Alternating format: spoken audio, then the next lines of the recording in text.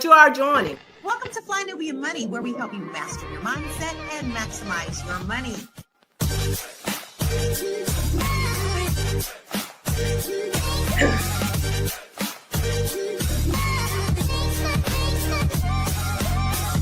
Your mindset and maximize your money.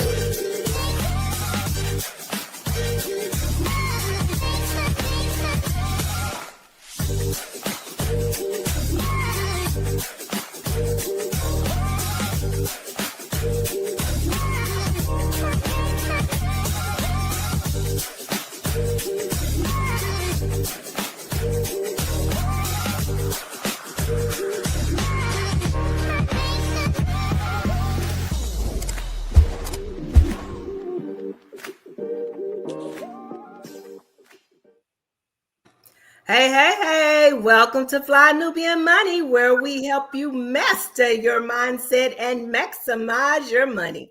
Today, we are talking about a story that shook the internet. It broke a lot of hearts too, including mine, you guys. Mercedes Wells, a Black woman from Indiana, was in active labor when she went to the hospital for help. Instead of receiving care, she says she was brushed off and discharged. Minutes later, she ended up giving birth in her car on the side of the highway. This is not a one-off. Black women across the country have similar stories. They are not believed, they are not taken seriously, and sometimes their pain is ignored until it becomes life or death. We're going to talk about the truth behind Black maternal health, the bias in the medical system, and what every Black woman needs to know to protect herself during pregnancy and childbirth. Well, today I am your host, Dr. Sabrina Edmond Williams, your life and legacy planning strategist. And I am joined today by two beautiful queens on the royal court, Dr. Felice Hightower Britt, our Be Big coach. No, I got to say that right. Big coach. Hey, Dr. Felice. Hey, how you doing?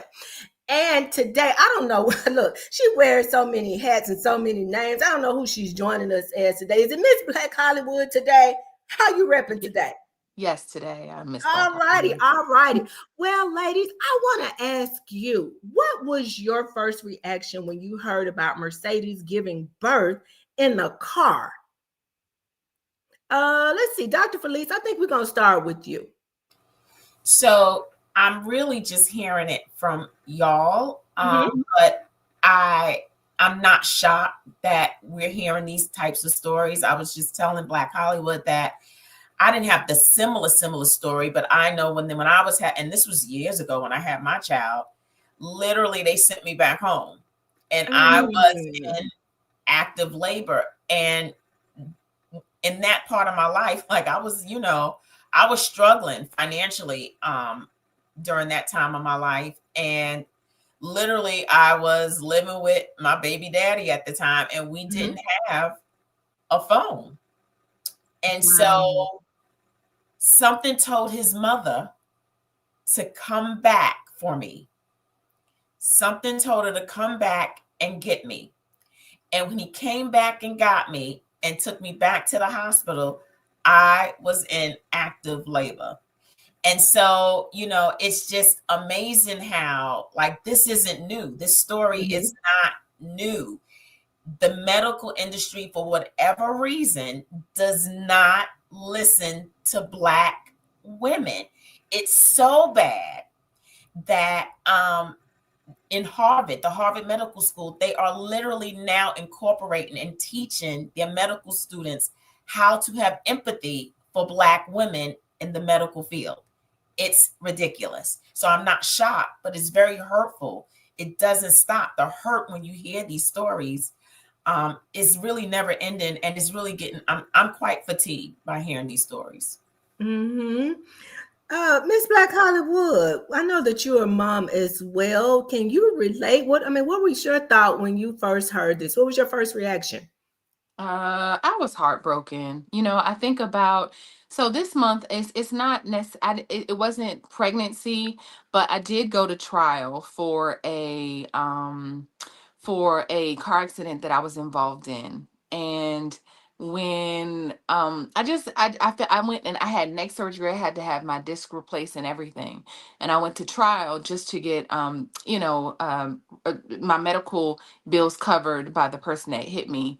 And I wasn't believed. It was unbelievable that I Mhm. needed the surgery, that it was, that I wasn't faking or just there to, to get money or gain. I don't know if I would go through let somebody dig into my neck, mess around my vocal cords, even though it was like the doctor told me, like, it's a possibility that you might not be able to sing, especially if there's a complication. So we're going to move the vocal cords out of the way and then put a disc in there. And it was unfathomable. It was unfathomable to them that I could be hurt. So it kind of triggers, it's like what Dr. Felice said about just not believing Black women in general.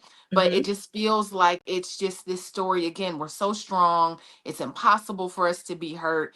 There's something. When we watch the video, you'll see this lady is obviously hurting, and the dismissiveness that was just unbelievable.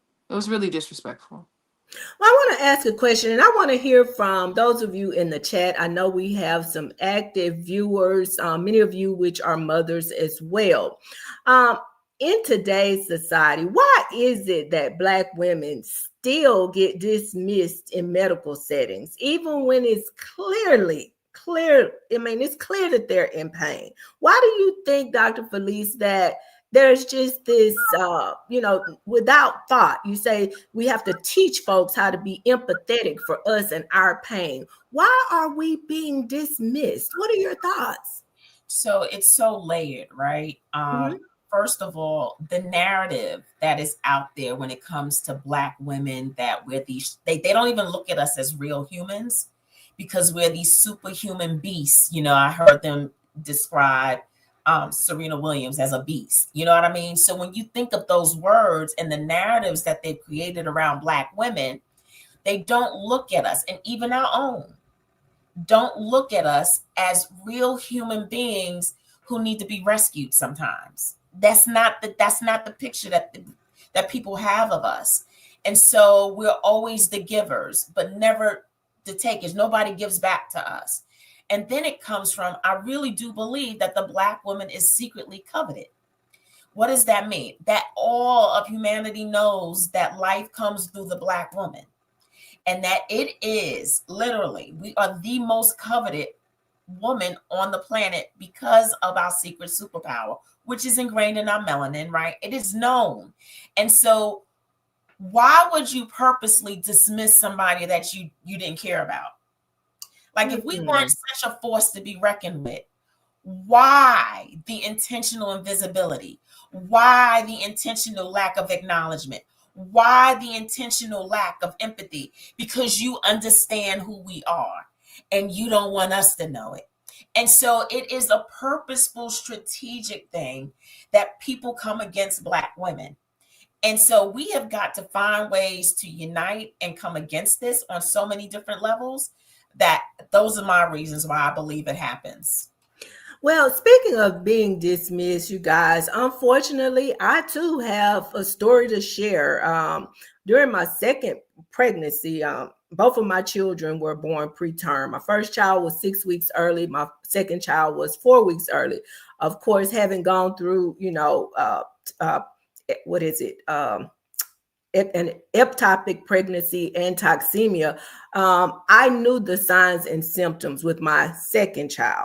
So I went into the hospital, went for a checkup. My doctor says, looks like we're getting ready to have a baby. I said, when? She says, today, now. Okay, so went through, the process, had the baby comes out healthy. But after giving birth, I could not walk. And I had a natural birth, you guys. I could not walk. I kept telling them something was wrong with me. Nobody listened to me. People kept telling me, oh, you just had a baby. I'm like, this is not my first pregnancy. I had a baby before, and I was able to get up and go walk and see my baby, and nobody listened to me. About the baby was born, let's say 5 o'clock that evening. The next morning, about 2 o'clock in the morning, I was laying there and it felt like my water was breaking. And it literally frightened me, you guys. I'm thinking, what the heck is going on? I called the nurse. The nurse came in. I had literally passed a blood clot that was as large as my baby. So just imagine if I had not passed that blood clot. So when you talk about being dismissed, this really hits home for me. I don't know about you, Miss Black Hollywood. I'm going to throw it to you. But as I say, this has been my lived experience, knowing that I was in pain, knowing that something was wrong with me, and just trying to convince other people that were the medical professionals that something was wrong. Nobody would listen to me. So in that instance, what do we do when nobody's listening? You're in pain, but nobody's listening. What are your thoughts? Well, I'll tell you right after we come back from break. Okay. Woo!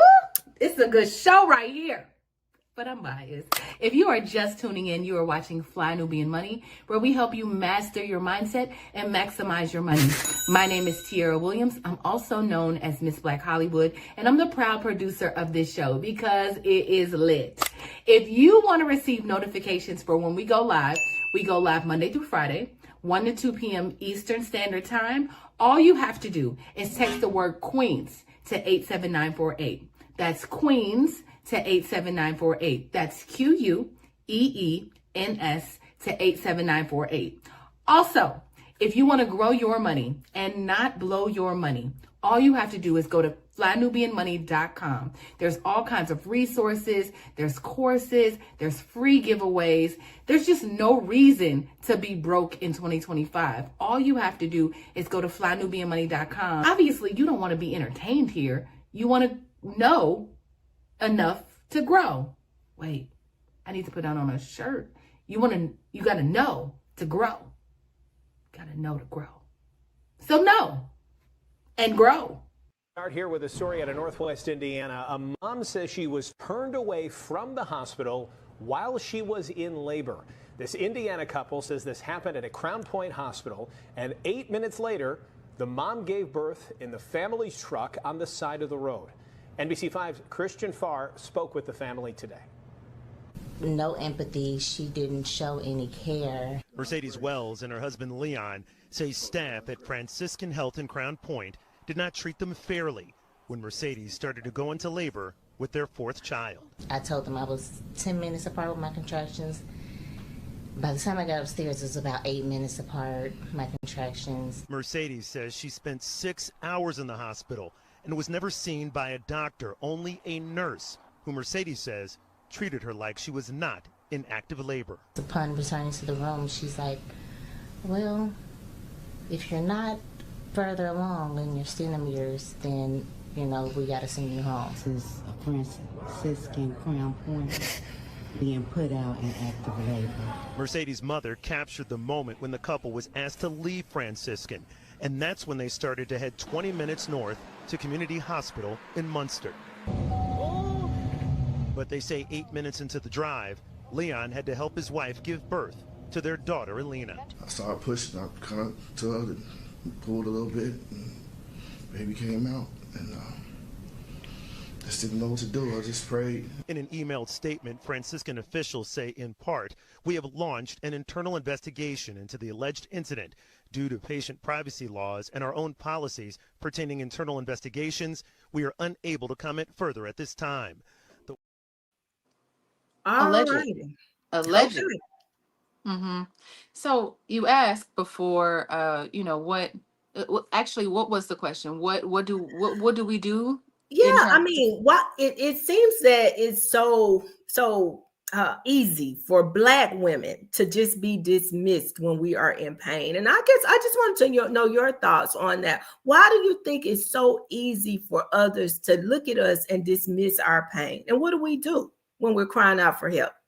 Well, I think we've definitely just we've proven that people look at us and they think that we are the strong Black woman. We have been deemed an archetype that if we can't live up to most times. We try to be that, but for the most part, we know we're forced to be that because we got to be that, and we embrace that. But um, it's the way other people look at us. But what we've had to do, I think, is advocate for ourselves. If you don't feel us, if you don't feel well, or if something keeps happening, as a matter of fact, Lauren's grandmother on her father's side was having heart, and this is just an example, was having chest pain for months, Mhm. months, months, going back to the cardiologist and saying, like, my chest hurts, running out of breath, running out of breath. This is something that we've been dealing with. Literally just dealt with chest pains, chest pains, chest pains. Doctor's like, I don't know. You're fine to me. I don't see anything. Fine to me. Right? Kept saying it. They kept going back to the doctor every time she would have a chest pain. Come to find out, took her to the emergency room. Finally, a competent doctor was like, I see blockage. We got to get you Hmm. 8% blocked. Her arteries were 98% blocked. Like, I mean, she was gonna go at any time, and they wouldn't have been able to do anything because she was blocked. So they had to do an emergency bypass surgery, a triple bypass surgery, just all of that. So she's healing right now from that. But had they not kept going to the doctor and getting second and third and fourth and fifth opinions, who knows what, she wouldn't be here right now for sure. And so I just think that, like, looking around, we have to, unfortunately, they can look at their own and be like, oh, Beth, even if Beth is not, if Mhm. they can look at themselves and see themselves in them. But sometimes it's hard to relate, right? You see me, and you can't relate to that, or you don't see a human sometimes. And like Dr. Felice said, you see a beast, or you see whatever, somebody that Okay. can take it. So let me jump in there because you just raised a point, and I want us to address that. And I'm going to start with you, Miss Black Hollywood, since you opened the door. Mm, So do you think that Mercedes would have been treated differently if she were white? yes, for sure. Why? Why do you say But that? I just think that, sometimes when you're looking at people, you relate to them based on your experience. And if it's not and I think sometimes that keeps us from being able to connect in a way. And especially with our history, I just think that's something that we're going to continue to, I mean, you can see it. Like, Mhm. literally, I mean, you sent me another video of another young lady, but just like the dismissiveness of the nurse. She was just clicking buttons. Literally, Mercedes was sitting there like, oh my God, like moaning and groaning. And they escorted this lady out with security. They didn't say that, but they escorted this lady out with security because they wouldn't leave. Wow. Yeah. Dr. Felice, I want to throw that over to you. And for those of you that are following us along in the chat, please, I want to know your thoughts on that too. Do you think if Mercedes had walked into that hospital in the form of a white woman in active labor, that she would have received a different type of reception? And if so, why?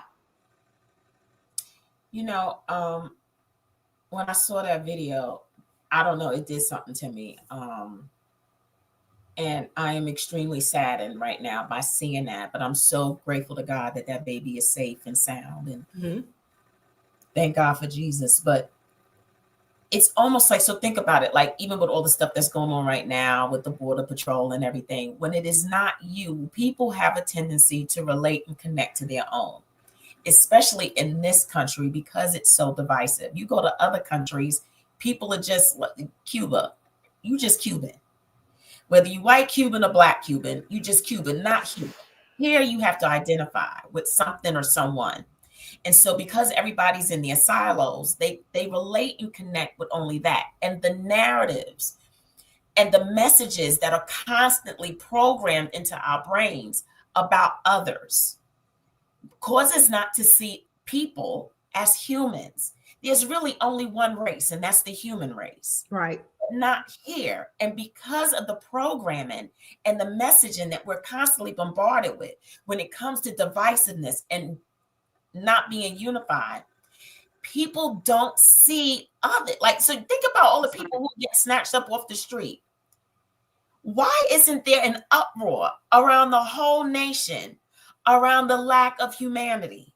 Because of the messaging and the programming that we have been fed, that we're disconnected. We don't feel the pain and the fear that other humans are experiencing right now.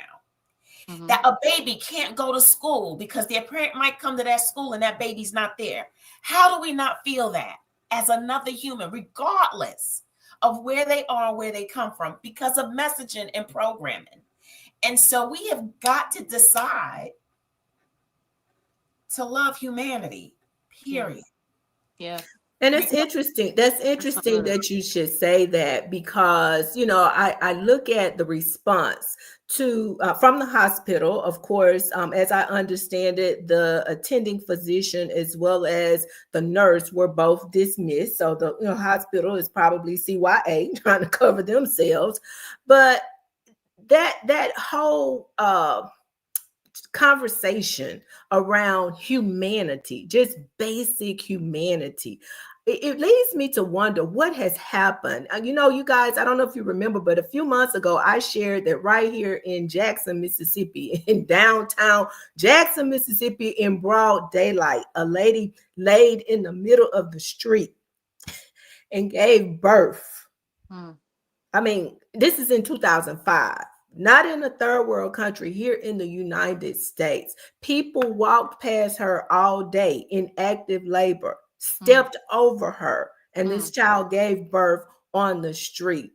It leads us to wonder what has happened to our basic humanity. Where has it gone? Do we not see beyond this outside exterior? Can we not? It's like, Miss Black Hollywood, you made the comment that people assume that Black women can tolerate more pain. What are your thoughts? Where did that come from? Why is it that we can tolerate more pain? What are your thoughts? Why? Who said so? White supremacy and slavery. That's what it said. That's what it was. I mean,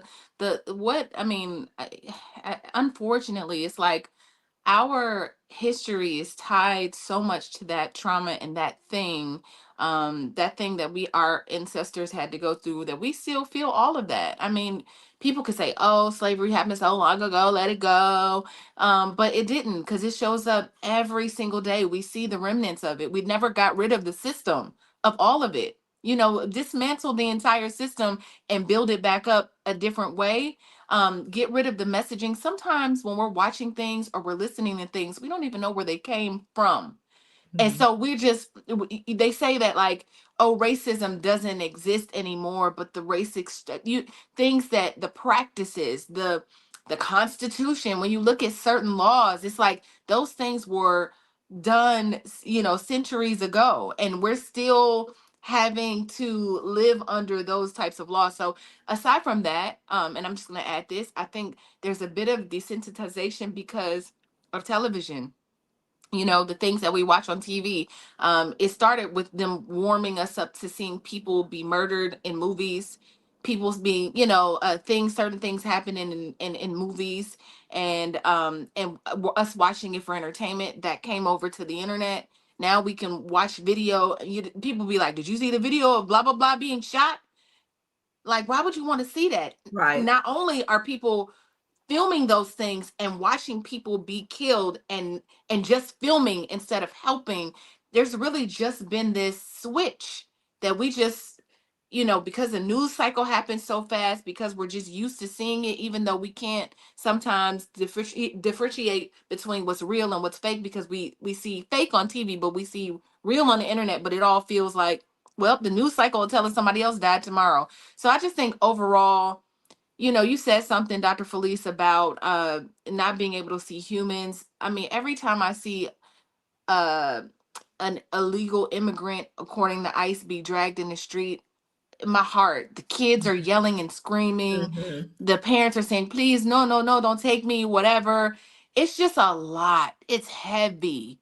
And I think it's all heavy, Dr. Sabrina. It's just a lot. But I think we're so desensitized because it just is what it is. Can I add to that too? And Go ahead. it's also the trauma that's been placed upon us was supposed to take us out. And so because it didn't, the narrative is that we're these superhuman beasts, because literally the atrocities that we have been able to survive by the grace of God, people are like, you got to be a beast in order to be able to live through those atrocities. Literally, so something must have happened in our DNA that I believe is God-given, that literally causes us to be able to snap back. Because how many you walking with me a little bit? Like literally, we still forge through. Yeah. That woman got turned away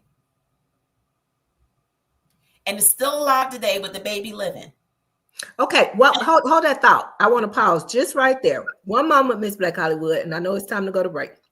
So my question is, this turned out with a happy ending. Mom has baby, daddy delivers it in the car, everything turns out happy. What if that were not the case? It did not have a happy ending. Mom was turned away from the hospital in active labor, and they are on the side of the road, and baby doesn't survive, or mom doesn't survive. Then at that point, would our conversation be different today? No. I mean, when we talk because about, I got videos of that too. No. I got videos of the women that didn't make. That's where we transitioning into, because it sent me down a rabbit hole of women that did not make it. Well, because and great question, but that is the outcome that is desired. The outcome desired is that she is on the side of the road and her and the baby don't make it. Unfortunately, that's the desired outcome. The fact that we survived it, that she survived it, right? Physically survived it. They're like, that's what adds to the narrative. See, they're superhuman. They're beasts. They're not real humans, because even through all of that, her and the baby's safe and good. But the trauma that woman, right, the mental trauma that she is going to have to fight through, possibly for the rest of her life. And think about if that was her first child, if that was her the first time she ever experienced becoming a mother. The invisible scar that they don't see. And so when you meet Black women, you meet the representative of the trauma that we have to fight through all the time. And 2 doctors in North Carolina, I forget their names, y'all, forgive me. They did a study on Black women, and they were like, what is it? Because when it comes to our miscarriages, they said there is no other no one goes through the racism and the discrimination that African American women go through. No other ethnicity goes through it. It is unique to us. And so it's a lot, y'all. It's just a lot. It's a lot, right? It's a lot to take on. Yeah. It's heavy. Let's go to break, and then we can come back, and it's gonna get heavier. And I hate that. I hate to say that, but it definitely took me down a rabbit hole of just women that are no longer with us, and people just, whether it was a nurse or doctor, it was just blasé. I don't know. I don't even know what to call it, but we'll be right back. I know. You're busy, you got things to do, and you can't take us on the go with you every single day. Good news for you. We are now on Spotify. So if you can't watch us, now you can listen to us on Spotify. Search Fly Nubian Money and all the episodes shall appear. All you have to do is like, subscribe, leave a 5-star rating, leave some comments, tell people how you love us, so that when other people come along and are looking for a great show to watch, they can find Fly Nubian Money too. One last thing, and just in case you've been sitting under a rock, Fly Nubian Money now has an investment club. We are the Fly Nubian Money Club. It's easy. All you have to do is go to flynubianmoneyclub.com, and I am committed to bringing in top experts from all industries to help you level up. They're teaching us the skills that we need to compete in this market. We often say that nobody is coming to save us, not the government, but guess what? We're coming to save us. I'm coming to save you with the Fly Nubian Money Club. So listen, all you have to do again is go to flynubianmoneyclub.com. We have a 30-day free trial set up just for you, just for those people that are struggling. Even if you ain't struggling, you ain't got to struggle. I'm coming. Black women are far more likely to die in pregnancy than white women. And this big picture story today starts with the story of a young black woman from Brooklyn who died last week during childbirth. How it happened, why it happened, now raising questions and anger. What if I told you a black mom died giving birth the day before July 4th and it could have been prevented? I'm Dr. Michael H. Ford, and this is a story you need to hear. Shaija Washington was 26 years old, a paraprofessional, a daughter, a partner, and just days away from meeting her baby girl. On July 2nd, 2020, she went to Woodhull Medical Center in Brooklyn for a routine stress test. Her blood pressure was high, but that's not unusual during pregnancy. Doctors decided to induce labor using Pitocin. She was given an epidural, but the anesthesiologist inserted the catheter incorrectly. He also failed to wait long enough between the test dose and the full anesthetic. Then he gave her more medication, but didn't document it. Shaija went into cardiac arrest. Doctors performed an emergency C-section. Her daughter Chloe survived, but after 45 minutes of CPR, Shaija was pronounced dead. And an investigation later revealed multiple medical errors. The anesthesiologist lied about the procedure and kept poor notes. He eventually lost his license, but no criminal charges were filed. No hospital system reforms were publicly announced. No one else was held accountable. Shaija's death sparked protests and a renewed call for transparency in maternal care. A mural was painted in her honor, a memorial garden was planted, but her family is still grieving a loss that should have never happened. Black women in the U.S. are nearly 3 times more likely to die from pregnancy-related causes than white women, even when education, income, and access are the same. Shaija Washington was one of them, and the timing of her death, the day before America celebrated freedom, is a painful reminder. We cannot celebrate liberty while ignoring inequality. We can't claim justice while mothers are dying preventable deaths. Every voice, every story brings us closer to a future where black mothers are seen, heard, and protected, not remembered only after tragedy. Healing starts with knowing. Follow for more. Wow. It's worse, worse, and it's getting worse, you guys. Not only did this happen in Indiana, but there was also a case this same past week as well out of Dallas, Texas, where something similar happened to a young lady. She went to the emergency room. Many of you probably saw it on social media. She is crying out in pain. And the lady that's doing the intake, I'm assuming it may be a nurse, is just casually sitting there, name, date of birth, due date, and as her mother is sitting there watching her child in labor suffering, she asked the question, do you treat everybody like this? Or is it just the Black patients that come in for care? Do you treat everybody like this? So, I'm thinking, I'm listening to this, and I'm just wondering, what can we do? Again, I asked that question earlier, Miss Black Hollywood, and I want to revisit that. Is there anything that we can do? Let's go back to Mercedes and her family. Was it something they could have done differently to get a different result? What can we do? Miss Black Hollywood, I throw it to you. Yeah. What I noticed is that she went to the hospital and she didn't have a doctor. She didn't have an OBGYN. That's something I noticed when I went to get my doctor. I was looking for a Black doctor. That was just, and I didn't find one here in Los Angeles that was in the network and all of that. There just wasn't. But I found a person of color. And so every time, just somebody going on that journey with me. And when my blood pressure was high, when implantancia came and I was having all of these internal issues, there was somebody there to hold my hand. He was when I got there the morning of, he was there. I mean, just always there. I was going, there was somewhere I had to go, and he walked me through the entire 9 months. And so I would just say that was my biggest concern. That wasn't her doctor, but had she had a relationship with a doctor, I just don't believe that she wouldn't have seen a doctor, and the nurse would have been her only opinion, because she was asking, as a matter of fact, go ahead. No, I want to say, let me interject there, because that was my experience as well. When I went into labor, my doctor was not on duty. So the person that I had been seeing was not the person that delivered my child.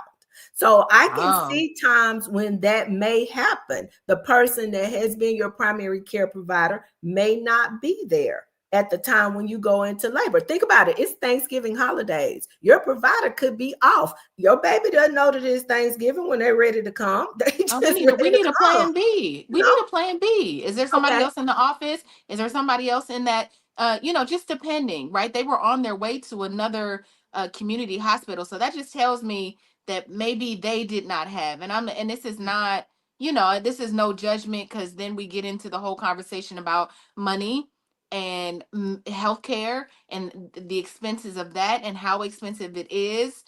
So there's a lot of I'm just thinking out loud, like maybe there are again, outside of just really having to advocate for yourself and understanding, are there doctors of color that can walk you through, that can create like a medical plan? If I'm on vacation, here's my partner, Dr. So and so, that can also see you during your pregnancy. I mean, you just gotta I think it's planning. What do you think, Dr. Felice? So planning is really nice for people who have insurance. Yeah. Right. So a lot of these women don't have insurance, so they can't really plan. And, it's Russian roulette. Whoever's on duty at that time that has no connection with these young women. What she possibly could have done was squatted. Don't leave. Like, y'all gonna have to arrest me, but I'm not leaving here until somebody sees me. And me and this baby gonna be right here on this floor. Y'all gonna deliver. She shouldn't have left. And then that way she could have held them accountable, and not like they would have had to arrest her to leave, because that was her right to stay at that hospital and get treated. So I wouldn't have left. I would have stayed right there. I'm like, I'm not going anywhere. I'm gonna stay right here, and we're gonna have to prove to you that I'm having this baby. She should have squatted. Well, and I think. Can I ask you a question? Can I ask the both of you a question? Yeah, go ahead. So I know in California, even if you don't have insurance, as soon as you are a mother, you automatically get put under like Medi-Cal. So you have insurance. Was that not available in New York or Mississippi, or was that not a thing? Did they not assign you? So I know when I went to New York, I don't know why people leave New York, but New York got some good stuff. Because when I went to New York, like, you can get help. Like, the resources are really good to me. My experience in New York. Every state is not created equal. Yeah. Oh no. And so on the states, before you move and want to have a family, you better make sure that whatever that state you're going to, what their resources are for all of these different things, because every state is different. So I'm glad you asked that question, and I'm glad we're having this conversation, because I got to bring it back around to the doom. The reality is, right here in the state of Mississippi right now, we are currently under a state of emergency. Our chief medical healthcare professional in this state has placed us under a state of emergency because of the number and the rate at which babies are dying. Particularly Black babies are dying faster here than in some third world countries. Now, this is where I'm conflicted, Queens, and I need y'all to lean in and listen to me good on this part. It was just a few short years ago that this same state that I'm sitting in right now were able to legislate all the way to the Supreme Court to overturn Roe versus Wade, because we were pro-life. Okay? We cared about life. Now, how is it just a few short years later, you got a state of emergency because babies are dying? Make that make sense for me, because I'm conflicted down here. I'm really conflicted. The same folks now that were pro-life, and the last time I checked, these little babies is dying. They have lives, right? They're not in the womb anymore, but they have lives. But nobody is raising the alarm about the fact that these kids are dying at such a high rate. Infant mortality is off the chain.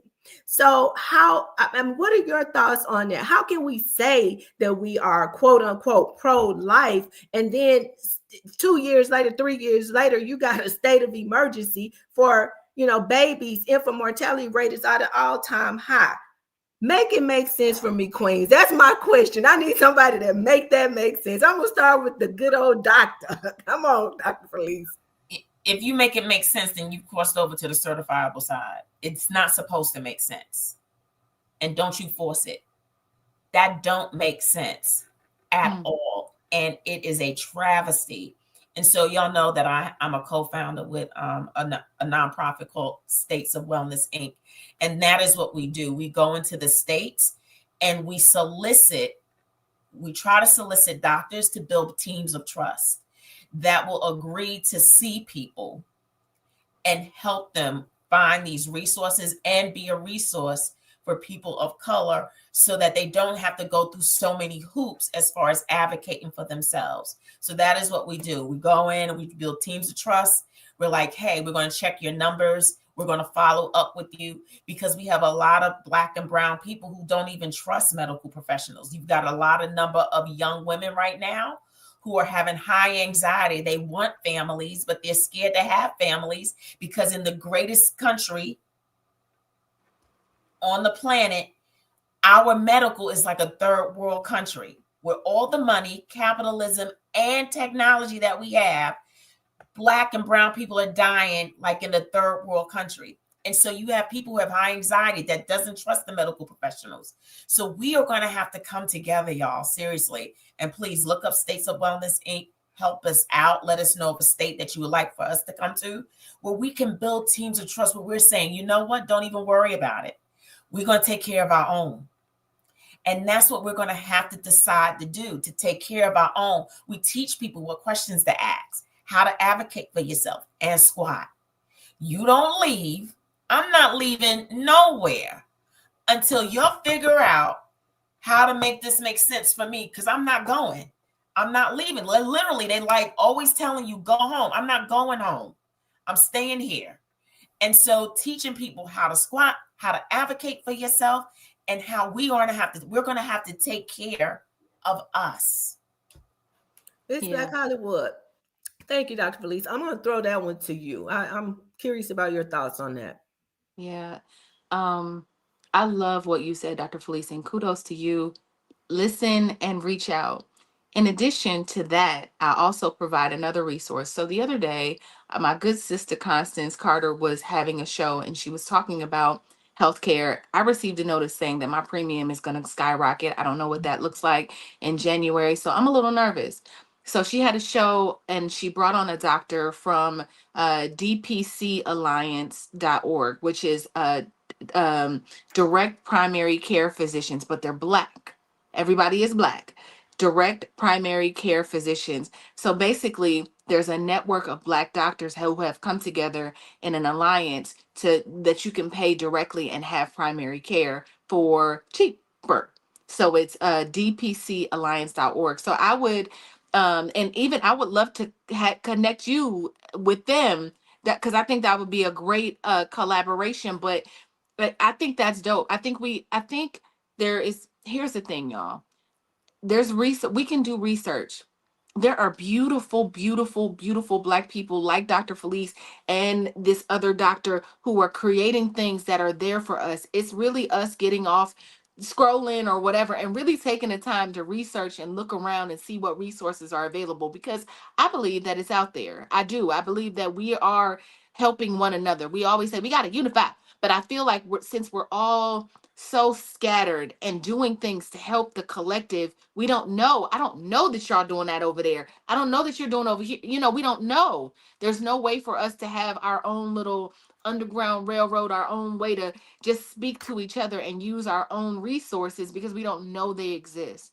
And so I just would say, look around, do your research. I think whatever you need exists. If you can't get Medi-Cal or Medicare or good healthcare, I would just go down the rabbit hole and start looking for something, or figuring out if I can go somewhere else, to another state. Can I deliver somewhere else? I don't know. Or can you apply for medical for something? I'm just throwing things out there, but my point is there has to be a way. I think if there's a will, there's always a way. So we just got to look around a little bit more. Okay, Dr. Felice, before I transition, if you would please give the name of your agency, your entity again. Let's put it in the chat. It's States of Wellness, Inc. States with an S. Yes, States of Wellness, Inc. And our website is statesofwellness.org. Please go out. Please connect with us. Let us know about your state, like, because we want to come to the states. We want to get to all the 50 eventually, and build teams of trust where we can help people kind of learn how to advocate. And it's all about education, right? And about how do we reprogram our people how to be healthy. We have got to reprogram how to be healthy, because if we don't take care of ourselves, as you can see, what we're up against. And so there's just certain tools that we have to incorporate in order to be able to make sure that we're good and that we stay good. And so we're all in this together, and that is our goal. And thank you for asking. Okay, Miss Black Hollywood, is it time for us to take another break? Man, it's really almost time for us to get up out of here. I had like other videos to share and everything, but this has been so powerful. Okay. I would say let's do this. Let's play one more video. Okay. And then go to final thoughts. Okay. Yeah. Okay, let's do it. Okay, so let me tell you a story that should make every single person watching this pause, because this didn't have to happen. Meet Kira Johnson. She's 39, marathon runner, business owner, speaks 5 languages. She's glowing, she's thriving, she's married to Charles. They already have 1 little boy. In April 2016, they're getting ready to welcome their 2nd son. So they head to Cedars-Sinai Medical Center in LA, one of the most prestigious hospitals in the country for routine C-section. Let me say that again, routine C-section. Nothing about this should have ended the way it did. The surgery goes fine. Baby Langston is born healthy and bouncing. Charles is smiling. Kira is awake, alert, holding her baby. Everything looks perfect. Until it doesn't. Not long after, Charles notices something. There's blood in Kira's catheter. And not just a little bit. It's alarming. He tells the nurse. The nurse says, they'll check it out. An hour passes.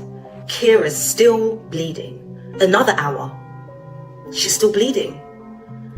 Charles goes to another nurse. Then a doctor. Then another nurse. He's literally begging. 2 hours. 3, 4. Kira's lying there, pale, shivering. She's bleeding internally. She's fading. And they're telling him she's just tired. It's normal. He asks for a CT scan. They say she has to wait 8 hours. By now, he's yelling, he's shaking, he's telling people, please do something. 10 hours later, they finally take her back to surgery. They find 3 liters of blood pooled in her abdomen. That's more than half the blood volume in the average adult. Kira Johnson dies on the operating table. This was 100% preventable. If anyone had acted, had listened, she would still be here today. Wow. Our women and our babies are dying. We're dying at faster rates than everybody else. It makes me wonder, can a Black woman catch a break in any way, shape, form, or fashion? Can we catch a break? That being said, I know it's time for us to go to our final thoughts, and we see what's happening.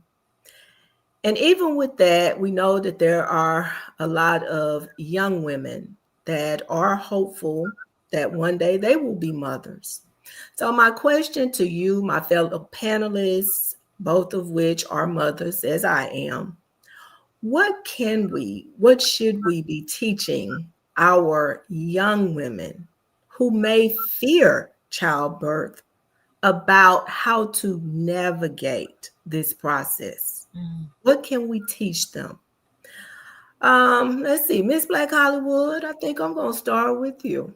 What can we be teaching our young Black women who want to be mothers? I'm sure, like I was a young mother. I was scared. I didn't know what to expect. What can we teach them? In terms of what we can teach them in terms of healthcare, I think in terms of having out of childbirth, having a child is a beautiful thing. It really is, and there's nothing like being a mother. But I think we have to just let them know the realities of what's happening in our country. I think that we have to really question what's coming. It makes me a little nervous when I think about some of the things I'm seeing in the news in terms of like, in terms of what's happening with the administration and how they're handling everything from our food to our healthcare to, all of the things. So it's going to be a different world for her. So just making sure that she is armed with information and understands that we live in a very different country, and there's part of me that wants to be abroad and have a dual citizenship by then, by the time she has a baby. So maybe that's an option, where they have health care, they have good health care, they take care of their women. I don't quite know what the answer is because I don't know what's coming, but all I can do is arm her with information and let her know that, in these situations, Kira, that like that none of them could see this coming. They didn't know. You can never, you just have to understand that like that was just Kira's time, unfortunately, because there's nothing you can do to really like have somebody accidentally put anesthesia in you the wrong way, and then you just can't really prepare for those things. But I guess the only thing I can tell Lauren is just to be alert and just to make sure that she can do everything that she can to make sure that she stays safe in that process. So, my name is Sierra Williams. I'm also known as Miss Black Hollywood, also known as Karma J. Just depends on the day.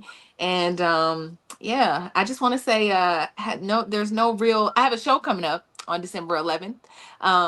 That's coming up. We will be here in LA. So if you're in the area and want to come through, please come through.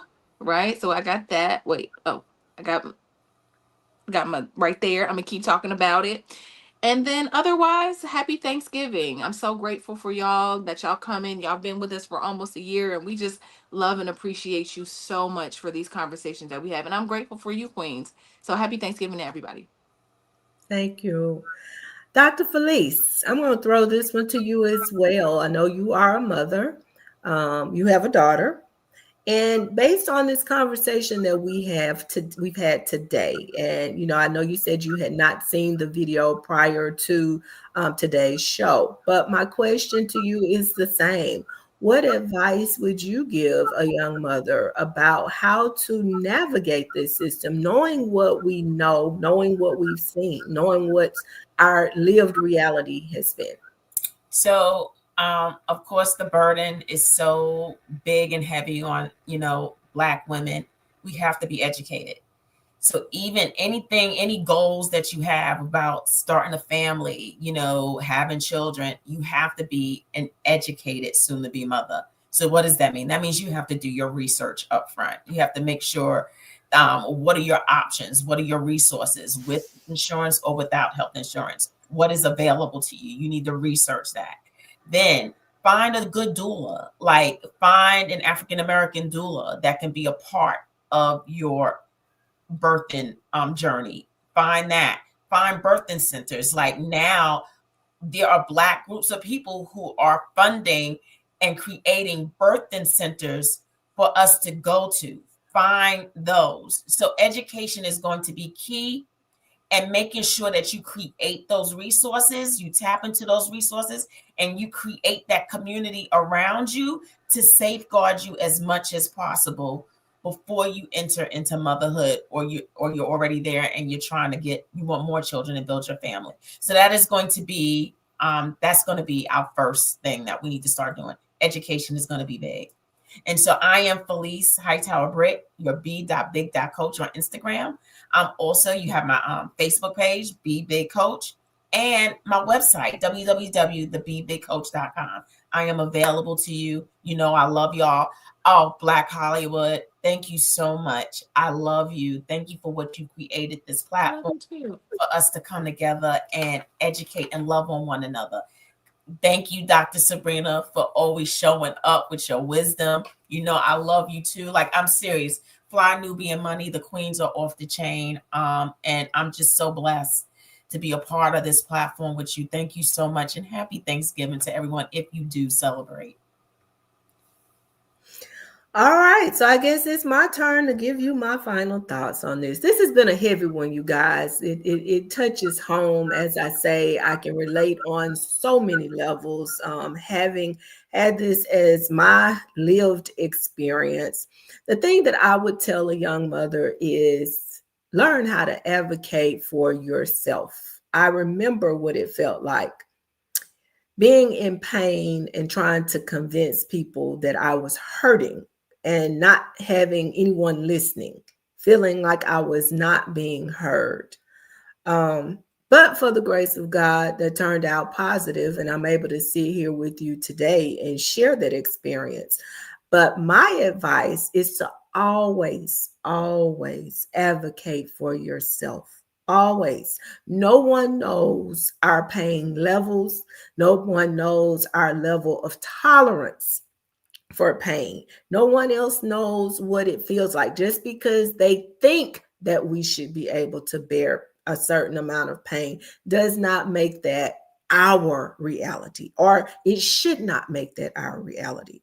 So I am going to suggest that we always advocate for ourselves and our families. Mothers, if you're there, advocate for your daughters. Fathers, if you're there, husbands, if you're there, advocate for your daughters. Fathers, wives, husbands, advocate for your wives. Don't let yourself not be heard. What's the worst thing that could happen? I mean, they arrest you, take you to jail for advocating. And so what if it saves your wife's life and the life of your child? That being said, y'all know who I am. I am Dr. Sabrina Edmond Williams, educator, author, and investor, opening minds and closing contracts. I am so noted. And I am so very thankful, you guys. I am so thankful. I'm thankful to be here with these beautiful queens. I am thankful that this has been a great year, that God has allowed me an opportunity to share my knowledge, my talent, and the things that He has gifted me with His people. I'm so grateful for that. I'm so grateful for my health. I'm so grateful for my family. I am so grateful for the fly Nubian money. And you know what? Most of all, I'm grateful for each and every one of you who show up every day. Not some days, y'all show up every day to support us. I am so grateful, so very grateful. And I want to wish each and every one of you a wonderful, wonderful Thanksgiving. Whether you celebrate or not, I don't care nothing about that. I'm still thankful for you, and I wish you a wonderful, wonderful day on tomorrow. That being said, at the end of the day, the story of Mercedes Wells is not just one about one woman giving birth in a car. That's not what it's about. It's about a system that continues to ignore Black women and put their lives at risk. Every mother deserves to be heard, respected, and cared for with urgency and compassion. Until that becomes the standard, we have to keep speaking up. We have to keep supporting each other and demanding better. Thank you to our panelists. Thank you to each of you for this important conversation. We love you. Have a great Thanksgiving, and we'll see you right back here on Friday. Miss Blackhorn? I don't know. We have some queens traveling. So if we're not here on Friday, we'll be here next Monday. But I'm hoping we'll be here Friday, but we have some traveling queens. So I'm not sure yet. But if not, we'll see you next Monday and have a wonderful weekend. All right. And one more comment before you go. Now, y'all know that Friday is known as Black Friday. If you're going to be out there in them streets shopping, support a Black business. Make it a true Black Friday. I'll give you that one for free. Oh, I love that.